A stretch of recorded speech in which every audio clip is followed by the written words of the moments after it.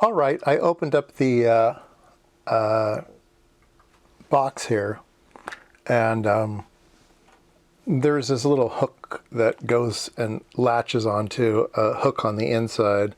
If you take this little screw out, the thing falls out, so you can remove the you can remove this thing. But the way this thing works is just one of, I think, Tektronix's worst designs.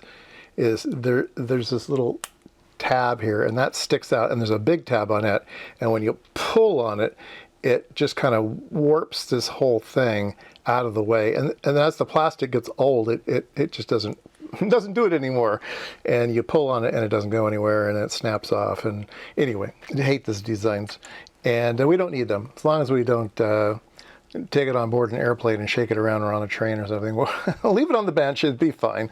It holds in just fine. Okay, so while I was inside, I did take a look at the potentiometer, this DC level potentiometer, which felt really wrong. And I measured the resistance on it, and it was completely off. So this is the bad one here, but it's just wrong inside.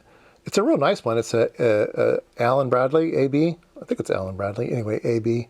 And I happen to have this is 10 K ohms. I happen to have one in my bag from an old Tex oscilloscope. So it got replaced with a Tech part, and now it works. So let's go ahead and turn it on. Okay.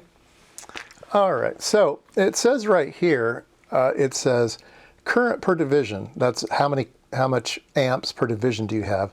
With the oscilloscope set at 10 milliamps per division. So you need to come over to your trusty oscilloscope and set it for 10 millivolts per division. So now we're at 10 millivolts per division. And you can see that we're not at 0, okay?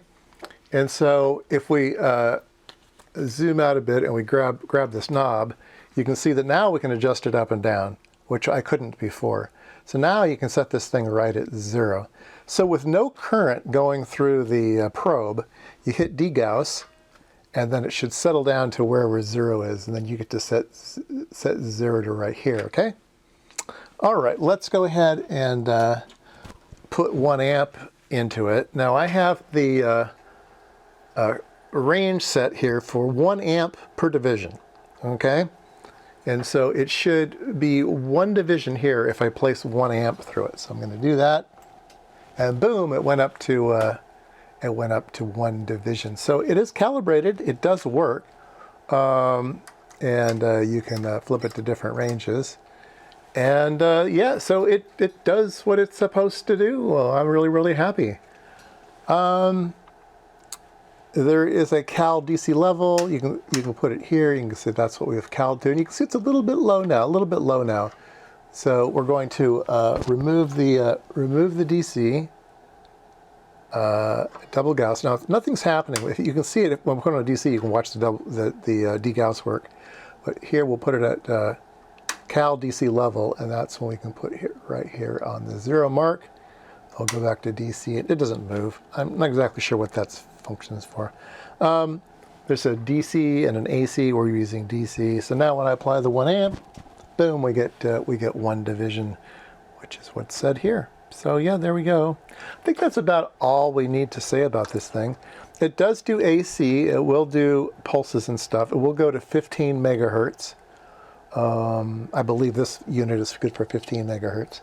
And if that's a bit noisy for the measurement you're making, there's a bandwidth limit. You can flip this down, and now you're looking at 5 megahertz for bandwidth. And that's really the only thing there is on these things. There is a balance knob. So I'm not exactly sure what that is. This probably has to do with the AC, whether you're a little too high or too low. It's not symmetric around 0 for that. I imagine that's what the balance is here for. It is linked to the current. I don't know. Anyway, didn't touch that. It all seems to be just fine. Anyway, I have a new toy. I have a AM503 current probe amplifier, and I have the current probe right here, which is an A6303.